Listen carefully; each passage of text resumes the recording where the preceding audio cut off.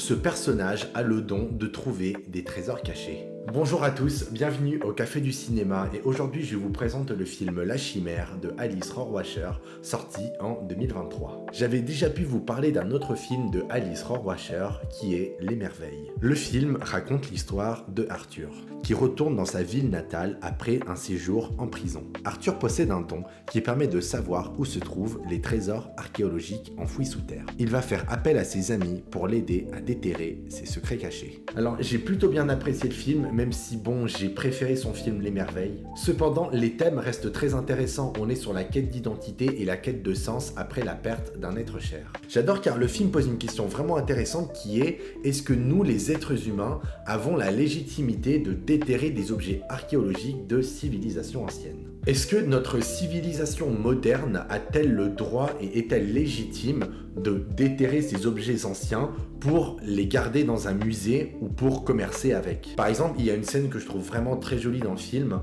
où le personnage de Arthur va récupérer une statue vraiment très jolie et avant de la vendre, il va s'adresser à la statue en disant « Tu n'es pas faite pour les yeux des hommes ». Ce que j'adore avec les films de Alice Rohrwacher, c'est qu'elle a vraiment une patte artistique vraiment marquante. Ces films sont toujours tournés en pellicule avec un grain très prononcé, ce qui donne une texture très vintage à l'image. D'ailleurs, pour ce film, elle a utilisé des pellicules Kodak Vision 3 en format 16 et 35 mm.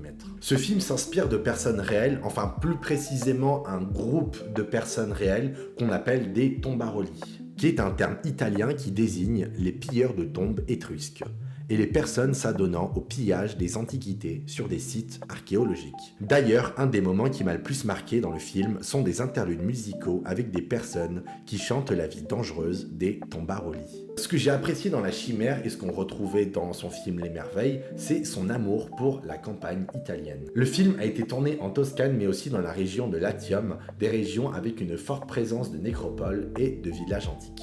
Et voilà, c'est sur cet amour de la campagne italienne que je vous invite à découvrir La Chimère de Alice Rohrwacher.